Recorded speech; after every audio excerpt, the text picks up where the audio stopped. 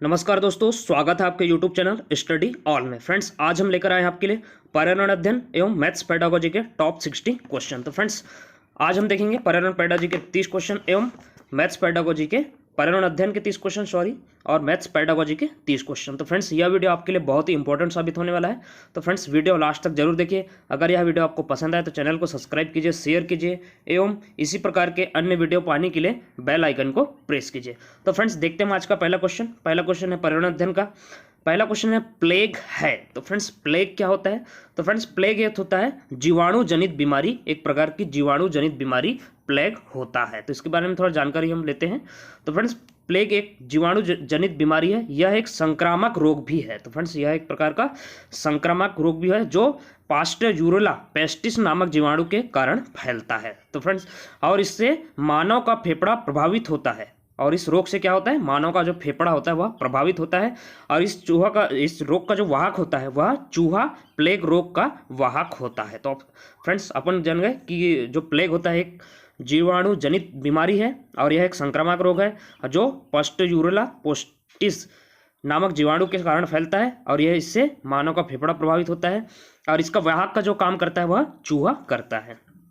तो फ्रेंड्स, इसका correct answer आएगा ऑप्शन नंबर सी अपना करेक्ट है। दूसरा क्वेश्चन है गैसीय अपशिष्ट है। तो फ्रेंड्स, गैसीय अपशिष्ट क्या है? तो फ्रेंड्स, गैसीय अपशिष्ट लकड़ी कोयला से जलने वाला धुआं, लकड़ी कोयला से जलने वाला धुआं गैसीय अपशिष्ट के अंतर्गत आते हैं। गैसीय अपशिष्ट वे पदार्थ होते हैं जो किसी अन्य पदार्थ के अपशिष्ट होते हैं तथा गैसीय रूप में होते हैं तथा इससे पर्यावरण में प्रदूषण होता है जो मुख्यतः वायु प्रदूषण का कारण बनता है। तो फ्रेंड्स, इसे ही हम गैसीय अपशिष्ट कहते हैं। और किसके कारण होता है? तो यह लकड़ी कोयला से जलने वाले धुएं के कारण जो है गैसीय अपशिष्ट होता है। तीसरा क्वेश्चन देखते हैं हम, निम्नलिखित में से कौन से पौधे दूर दूर प्रसारित होंगे? तो फ्रेंड्स, कौन से पौधे होते हैं? तो वह कायिक जनन द्वारा वितरित जो पौधे होते हैं वह दूर दूर प्रसारित होते हैं। तो ऑप्शन नंबर 4 अपना बिल्कुल करेक्ट आंसर आएगा। थोड़ा इसको जानते हैं हम। कायिक जनन द्वारा वितरित पौधे दूर दूर प्रसारित होते हैं। कायिक जनन एक अलैंगिक जनन क्रिया है। यह क्लेनिंग प्रक्रिया होती है, इस कारण से जो है वह दूर दूर प्रसारित होते हैं। चौथा क्वेश्चन है, जब एक जीव लाभ लेता है बगैर दूसरे सहवासी जीवों को प्रभावित किए तो कहलाता है। तो फ्रेंड्स, उसे हम क्या कहते हैं? तो उसे हम सहभोजी कहते हैं। ऑप्शन नंबर 1 अपना करेक्ट आंसर आएगा। सहभोजी किसे कहते हैं? कि सहभागिता या सहभोजी यह दो विभिन्न जीव जातियों के बीच एक ऐसी अंतर्क्रिया होती है जिसमें एक जंतु को तो इस संबंध से लाभ होता है किंतु दूसरे जंतु को कोई हानि नहीं होती। उदाहरणतः गैस्ट्रोपॉड कवच में केकड़ा रहता है और कवच के ऊपर समुद्री एनिमो चिपकी रहती है। इसी प्रकार शार्क से पेस्ट्रोमाइजन चिपकी रहती है, हेलो से समुद्री वर्निकल चिपके रहते हैं। तो फ्रेंड्स, इस प्रकार से हम कह सकते हैं कि कोई भी दूसरी वस्तु का कोई हानि ना हो उसे हम क्या कहते हैं? तो फ्रेंड्स, उसे हम क्या कहते हैं? उसे ही सहभोजी कहते हैं। पांचवा क्वेश्चन है, जब मोर सांप को खाता है, सांप कीड़ों को खाता है और कीड़े हरे पौधे को खाते हैं तो मोर का पोषण तल है। तो फ्रेंड्स, मोर का जो पोषण तल होता है वह खाद्य पिरामिड के शीर्ष पर होता है। तो ऑप्शन नंबर 4 अपना करेक्ट आंसर आएगा। छठा क्वेश्चन है, निम्न में से कौन सा कायांतरित सेल का उदाहरण है? तो फ्रेंड्स, कौन जो है वह कायांतरित सेल का उदाहरण है? तो वह है संगमरमर। संगमरमर जो होता है वह कायांतरित सेल का उदाहरण होता है। तो किस प्रकार से होता है? अपन कैसे मान सकते हैं कि जो कायांतरित सेल का उदाहरण क्या है? तो वह है संगमरमर जो है कायांतरित सेल का उदाहरण है। तो कैसे होता है? जब ज्वालामुखी क्रियाएं फलस्वरूप तत्व मैग्मा बाहर निकलती है तो मैग्मा के संपर्क में क्षेत्र की चट्टानें रूपांतरित हो जाती है। तो फ्रेंड्स, इस प्रकार से हम कह सकते हैं कि कायांतरित सेल का उदाहरण संगमरमर है। सातवां क्वेश्चन है, महासागरों में निम्न में से कौन सा लवण सर्वाधिक मात्रा में पाया जाता है? तो फ्रेंड्स, महासागरों में सबसे अधिक मात्रा में जो है वह सोडियम क्लोराइड पाया जाता है। तो ऑप्शन नंबर 4 अपना करेक्ट आंसर आएगा। महासागरों में सोडियम क्लोराइड लवण सर्वाधिक मात्रा में पाया जाता है। जल में सोडियम क्लोराइड की मात्रा 35 ग्राम लीटर प्रति लीटर होती है। सोडियम क्लोराइड सोडियम का एक अकार्बनिक यौगिक है। इसका रासायनिक सूत्र NaCl होता है जो 1:1 में सोडियम और क्लोराइड के आयतन को दर्शाता है। तो फ्रेंड्स, इस प्रकार से हम कह सकते हैं कि महासागरों में सोडियम क्लोराइड अधिक मात्रा में पाया जाता है। आठवां क्वेश्चन है, राज्यसभा में होने वाली सभाओं की अध्यक्षता कौन करता है? तो फ्रेंड्स, राज्यसभाओं में होने वाली अध्यक्षता का जो सभाओं की अध्यक्षता कौन करता है? तो वह उपराष्ट्रपति करता है। तो ऑप्शन नंबर 2 अपना बिल्कुल करेक्ट आंसर आएगा। 9वां क्वेश्चन देखते हैं हम, निम्न में से किस मिट्टी का विस्तार भारत में सर्वाधिक क्षेत्र पर है? तो फ्रेंड्स किस मिट्टी का विस्तार है? तो वह है जलोढ़ मिट्टी। जलोढ़ मिट्टी का विस्तार जो है वह भारत में सबसे अधिक मात्रा में है। भारत में सर्वाधिक क्षेत्र पर जलोढ़ मिट्टी का विस्तार है। भारत की भूभाग लगभग 40 से 45% भाग पर जो है वह जलोढ़ मिट्टी पाई जाती है और जलोढ़ मिट्टी का निर्माण जो है वह नदियों द्वारा बहाकर लाई गई मिट्टी से होता है। तो फ्रेंड्स आपको 2-3 इसमें आंसर करेक्ट हो गए रहेंगे। 10वां क्वेश्चन है, जो शाकाहारी जंतु भोजन के लिए हरे पेड़ पौधे पर निर्भर रहते हैं तो उन्हें हम क्या कहते हैं? तो उन्हें हम प्रथम चरण उपभोक्ता कहते हैं। तो ऑप्शन नंबर 2 अपना बिल्कुल करेक्ट आंसर आएगा। 11वां क्वेश्चन है, पर्यावरण शिक्षा में समस्या समाधान विधि का गुण है?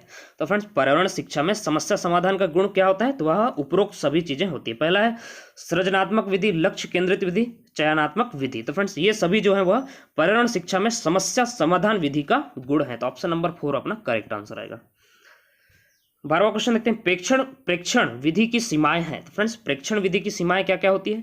तो यह है, इस विधि में प्रेक्षण सूक्ष्मता से न करने पर प्राप्त परिणाम अधिक वैध एवं विश्वसनीय नहीं होते हैं। इसलिए प्रेक्षण विधि की सीमाएं होती है कि उसे प्रेक्षण, इस विधि में प्रेक्षण सूक्ष्मता से न करने पर, अगर सूक्ष्म तरीके से अगर अपन ने नहीं किए तो इसमें जो परिणाम प्राप्त होता है वह वैध एवं विश्वसनीय नहीं होता है। इसलिए इसकी सीमाएं है कि उसको सूक्ष्मता से करना पड़ता है। 13वां क्वेश्चन है, इकोसिस्टम की सही परिभाषा क्या है? तो फ्रेंड्स इकोसिस्टम की सही परिभाषा है जीव समुदाय और उसके वातावरण को संतुलित तंत्र में स्थापित करना इकोसिस्टम की परिभाषा है। 14वां क्वेश्चन है, मानव विकास के क्रम में 2 पैरों पर चलने का सबसे बड़ा लाभ है? तो फ्रेंड्स मानव विकास के क्रम में 2 पैरों पर चलने का सबसे बड़ा लाभ क्या है? तो वह है हाथ स्वतंत्र रूप से मस्तिष्क की आज्ञा अनुसार कार्य कर सकते हैं। तो फ्रेंड्स उसका जो महत्वपूर्ण सबसे बड़ा लाभ जो है वह हाथ स्वतंत्र रूप से मस्तिष्क की आज्ञा अनुसार कार्य कर सकते हैं। 15वां क्वेश्चन है, भूकंप की तीव्रता नापने के यंत्र को क्या कहते हैं? तो फ्रेंड्स मोस्ट इंपॉर्टेंट क्वेश्चन है, तो उसे सिस्मोग्राफ कहते हैं। उसे क्या कहते हैं? तो उसे सिस्मोग्राफ कहते हैं। ऑप्शन नंबर 1 अपना करेक्ट आंसर आएगा। 16वां क्वेश्चन, सूर्य के निकटतम ग्रह कौन सा है? तो फ्रेंड्स सूर्य का निकटतम ग्रह जो है वह बुध है। ऑप्शन नंबर 4 अपना करेक्ट आंसर आएगा। 7वां क्वेश्चन है, गिर राष्ट्रीय पार्क किस राज्य में स्थित है? तो फ्रेंड्स गिर जो राष्ट्रीय पार्क है वह गुजरात राज्य में स्थित है। तो ऑप्शन नंबर 1 अपना करेक्ट आंसर आएगा। और इसके बारे में आपको बताते हैं कि गिर राष्ट्रीय उद्यान गुजरात के कठियावाड़ा जिले में है। इसकी स्थापना 1965 ईस्वी में किया गया। यह बब्बर शेरों के संरक्षण के लिए प्रसिद्ध है। तो फ्रेंड्स आपको इसमें पूरी 3 जानकारी मिल गई। यह गुजरात के कठियावाड़ा जिले में है और इसकी स्थापना जो है 1965 में हुई और यह बब्बर शेरों के लिए संरक्षण के लिए प्रसिद्ध है। 18वां क्वेश्चन, निरीक्षण विधि की विशेषता नहीं है। फ्रेंड्स निरीक्षण विधि की विशेषता कौन सी नहीं है? यह एक मनोवैज्ञानिक विधि है। यह जो है निरीक्षण विधि की विशेषता नहीं है क्योंकि यह एक प्रकार की मनोवैज्ञानिक विधि नहीं होती है, तो यह विशेषता नहीं है। 19वां क्वेश्चन है, निम्नलिखित वाहनी ईंधनों में से किसका आजकल पर्यावरणीय स्नेही माना जाता है? तो फ्रेंड्स किसे हम पर्यावरणीय स्नेही माना जाता है? किस ईंधन को माना जाता है? तो फ्रेंड्स वह ईंधन है संपीड़ित प्राकृतिक गैस सीएनजी। इसे क्या कहते हैं? सीएनजी को जो है हम पर्यावरण का स्नेही माना जाता है। इस ईंधन को जो है पर्यावरण के स्नेही माना जाता है। ऑप्शन नंबर 4 अपना करेक्ट आंसर आएगा।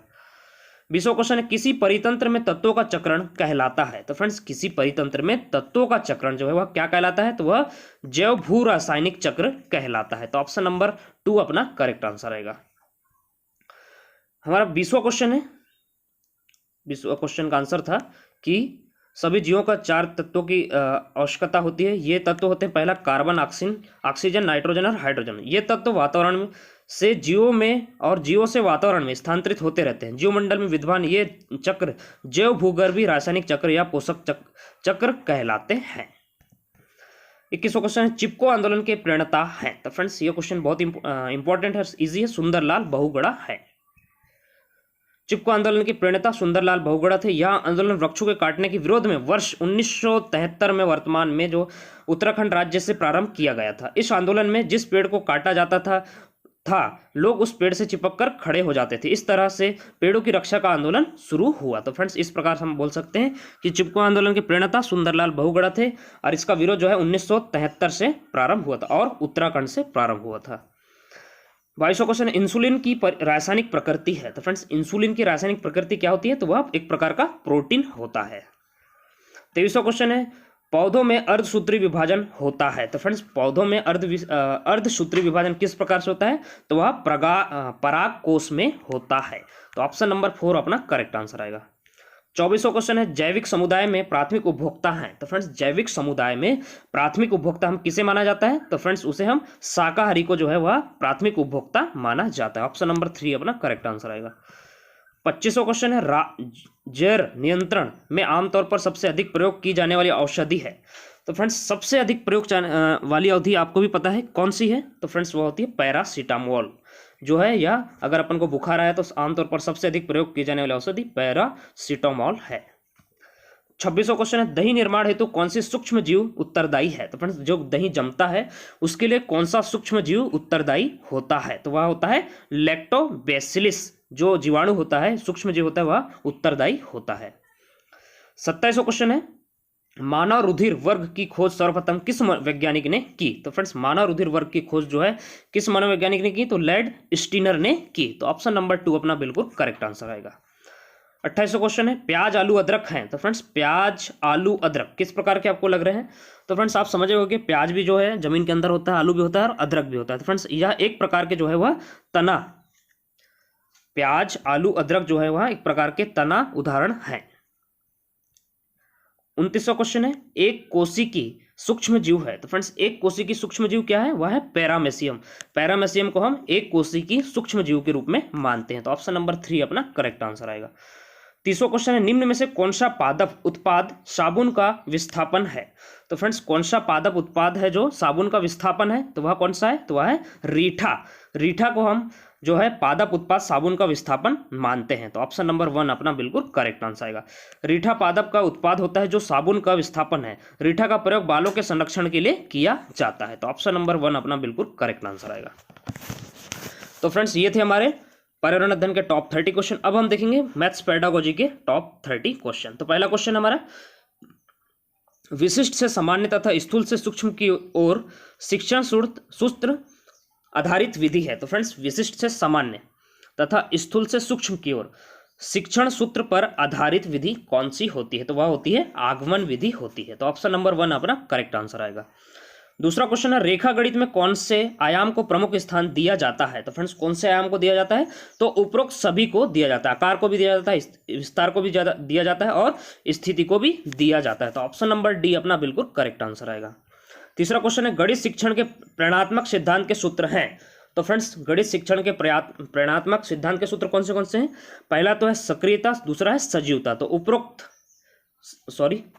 तीसरे का आंसर आएगा सजीवता। गणित शिक्षण के प्रेरणात्मक सिद्धांत के सूत्र जो होते हैं वह सजीवता होते हैं। तो ऑप्शन नंबर बी अपना करेक्ट आंसर आएगा। चौथा क्वेश्चन है, गणित शिक्षण के लिए पाठ्य योजना का निर्माण आवश्यक है। तो फ्रेंड्स गणित शिक्षण के लिए पाठ्य योजना का निर्माण क्यों आवश्यक होता है? क्योंकि विषय वस्तु का विकास मुख्य व्यवस्थित ढंग से किया जा सकता है, इसलिए जो है पाठ्य योजना का निर्माण बहुत ही आवश्यक है। तो ऑप्शन नंबर बी अपना करेक्ट आंसर आएगा। पांचवा क्वेश्चन है, गणित विषय का सबसे अधिक संबंध होता है। तो फ्रेंड्स वह किससे होता है? तो वह विज्ञान के साथ होता है। ऑप्शन नंबर ए अपना करेक्ट आंसर आएगा। छठा क्वेश्चन, गणित के नियम व निष्कर्ष कैसे होते हैं? तो फ्रेंड्स गणित के जो नियम व निष्कर्ष जो होते हैं वह वस्तुनिष्ठ व सार्वभौमिक होते हैं। तो ऑप्शन नंबर सी अपना करेक्ट आंसर आएगा। सातवां क्वेश्चन है, वह उद्देश्य जो शिक्षक गणित पढ़ाने के बाद कक्षा में ही प्राप्त कर लेता है उसे कहा जाता है। तो फ्रेंड्स उसे हम क्या कहते हैं?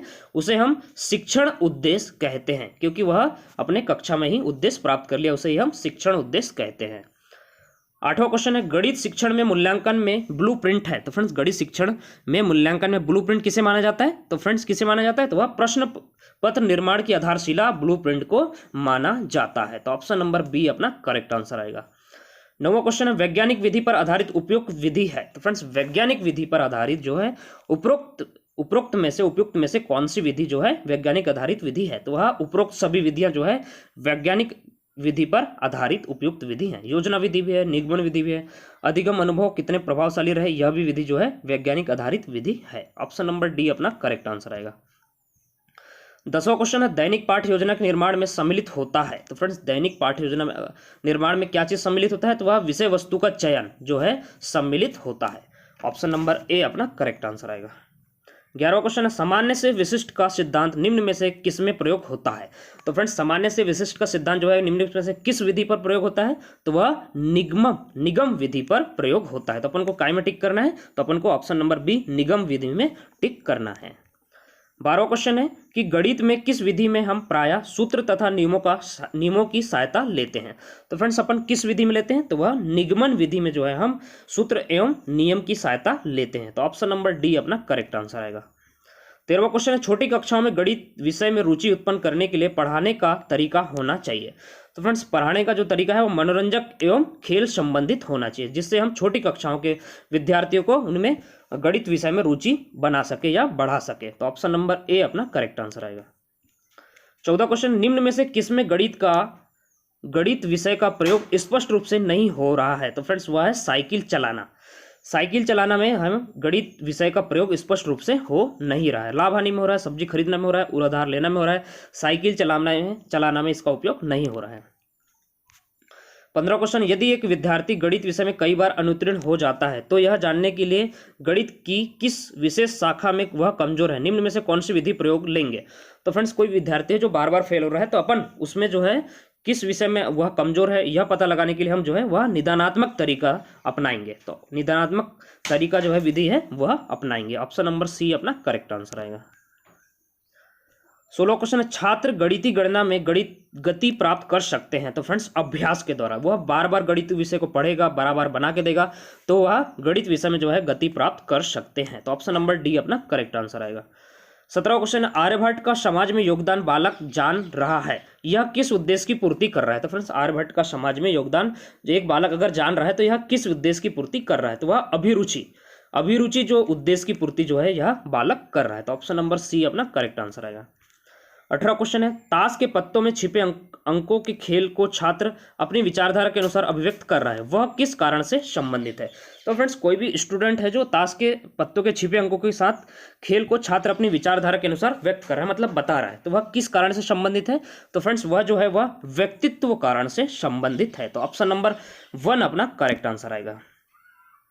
19वां क्वेश्चन है सम विषम संख्याओं को बालक सारणीबद्ध कर रहा है, वह किस उद्देश्य की प्राप्ति कर रहा है। जैसे 1 है, 3 है, 5 है, 4 है, इनको अलग अलग कर रहा है, सम को अलग और विषम को अलग सारणीबद्ध कर रहा है, तो वह किस उद्देश्य की प्राप्ति कर रहा है। तो फ्रेंड्स वह जो है वह अपनी कौशल उद्देश्य की प्राप्ति कर रहा है। तो ऑप्शन नंबर बी अपना करेक्ट आंसर आएगा।